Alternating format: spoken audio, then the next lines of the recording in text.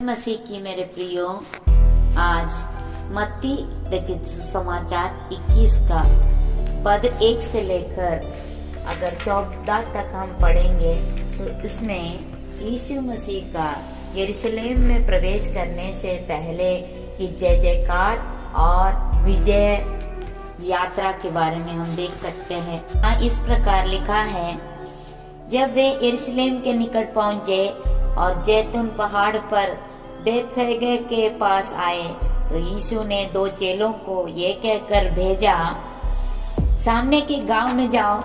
वहां पहुंचते ही एक गदही बंधी हुई और उसके साथ बच्चा तुम्हें मिलेगा।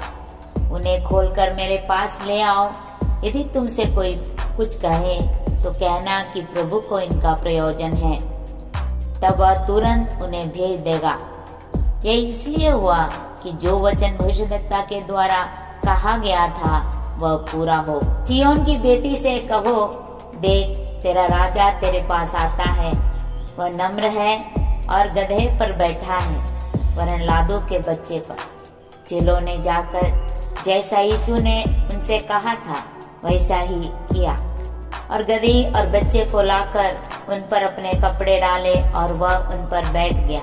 तब बहुत से लोगों ने अपने कपड़े मार्ग में बिछाए और अन्य लोगों ने पेड़ों से डालियां काटकर मार्ग में बिछाई। जो भीड़ आगे आगे जाती और पीछे पीछे चली आती थी, पुकार पुकार कर कहती थी, दाऊद के संतान को होशन्ना। धन्य है वह जो प्रभु के नाम से आता है, आकाश में होशन्ना। गदही एक बंधुआई में था।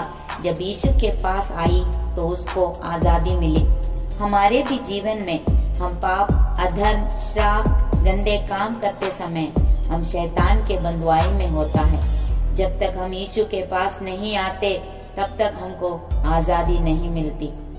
यहाँ गदही को चेले के द्वारा यीशु के पास लाया गया। हमको हो सकता है परमेश्वर के वचन, पवित्र आत्मा, पासवान या अन्य विश्वासियों के द्वारा प्रभु के करीब लाया होगा।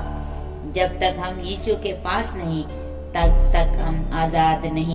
प्रभु में बढ़ने की कोशिश करते हैं तो बहुत सारे विरोधी हो सकते हैं, पर उसको देखकर घबराना नहीं मेरे प्रियो।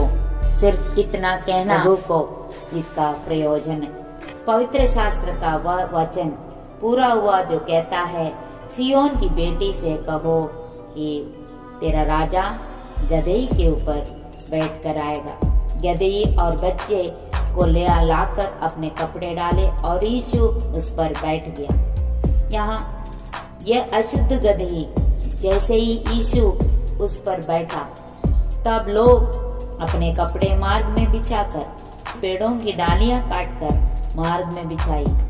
किसी ने भी उस गदही को उस समय तक न पूछा हो सकता है। जैसे ही यीशु मसीह उसके ऊपर बैठा, वैसे ही वो अनादर गदही आदर पाने लगे और लोग उसका सम्मान करने लगे।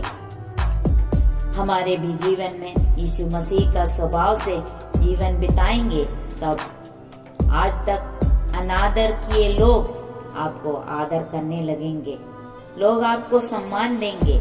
बस केवल यीशु मसीह का स्वभाव में चले।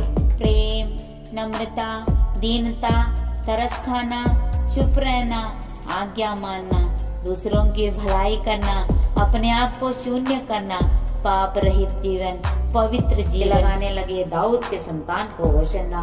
धन्य है वह जो प्रभु के नाम से आता है, आकाश में होशन्ना।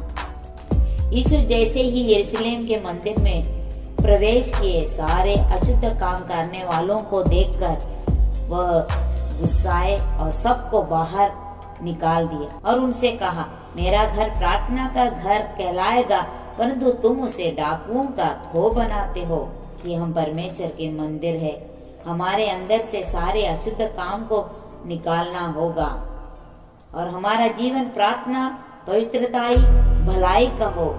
जब सारी अशुद्धता निकल जाए तब हमारे जीवन में आशीषों का बारिश होगा, चंगाई होगा और हम सम्मान के हकदार होंगे। वचन में आगे लिखा है, तब अंधे देखने लगे और लंगड़े चलने लगे।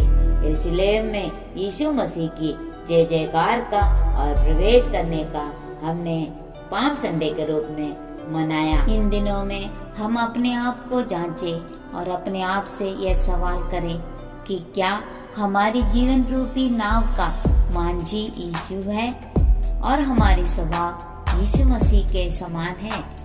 नहीं तो इन दिनों में अपने आप को ठीक करें और जय जीवन बिताएं जिस प्रकार यीशु मसीह जिए हैं। God bless you. आमीन।